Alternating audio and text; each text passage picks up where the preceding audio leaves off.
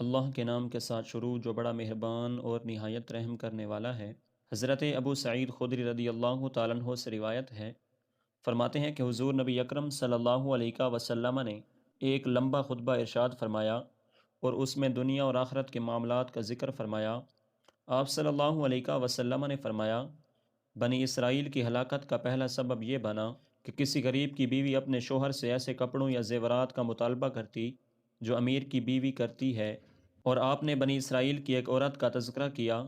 جو پستہ قد تھی۔ اس نے لکڑی کی دو ٹانگیں بنوائیں اور ایک انگوٹھی جس میں ڈھکن لگا ہوا تھا اسے مشک کی خوشبو سے بھر دیا، اور دو لمبی یا موٹی عورتوں کے درمیان چلنے لگی۔ لوگوں نے ایک آدمی بھیجا جو ان کا پیچھا کرے۔ اس نے لمبی عورت کو تو پہچان لیا لیکن لکڑی کی ٹانگوں والی عورت کو نہیں پہچانا۔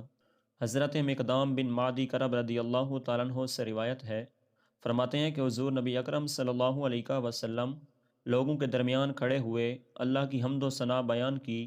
پھر فرمایا، اللہ تعالیٰ تمہیں عورتوں سے اچھا سلوک کرنے کا حکم دیتا ہے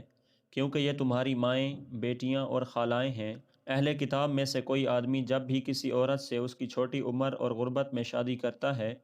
تو دونوں ایک دوسرے سے بے رغبتی نہ کرتے حتیٰ کہ دونوں بوڑھے ہو کر مر جاتے۔